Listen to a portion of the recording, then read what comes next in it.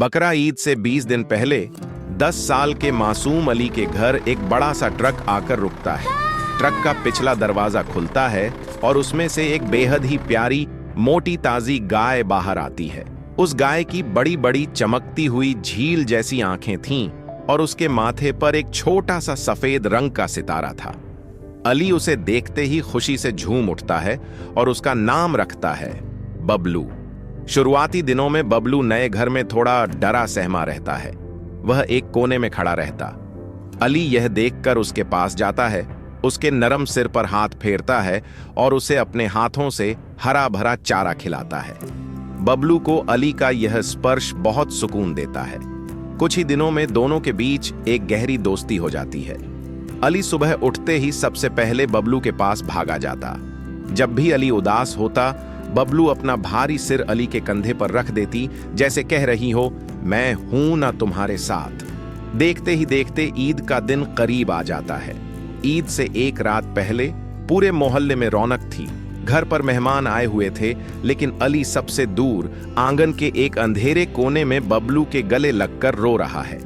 अली को अब समझ आता है कि बबलू यहाँ हमेशा के लिए नहीं आया था, उसे तो कुर्बानी के लिए लाया गया है। अली रोते हुए कहता है, बबलू तुम चले जाओगे तो मैं किसके साथ खेलूंगा? बबलू भी जैसे सब समझ रही हो। वह अपनी बड़ी बड़ी आंखों से अली को देखती है और उसकी आंख से भी एक आंसू का कतरा निकलकर जमीन पर गिर जाता है। अली के वालिद पास आकर उसके कंधे पर हाथ रखते हैं और नरम आवाज में समझाते हैं, बेटा कुर्बानी का असली मतलब ही यही है, अपनी सबसे प्यारी और अजीज चीज को अल्लाह की राह में खुशी खुशी पेश कर देना। अगर हमें तकलीफ नहीं होगी तो हमें ईसार का जज्बा कैसे समझ आएगा?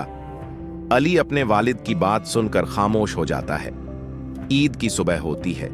अली नए कपड़े पहनकर आंगन में आता है। उसका दिल भारी है, लेकिन अब उसके चेहरे पर एक अजीब सा सुकून है। वह बबलू के पास जाता है, उसकी पीठ पर आखिरी बार हाथ फेरता है, उसके कान में धीरे से अलविदा कहता है और उसे जाने देता है।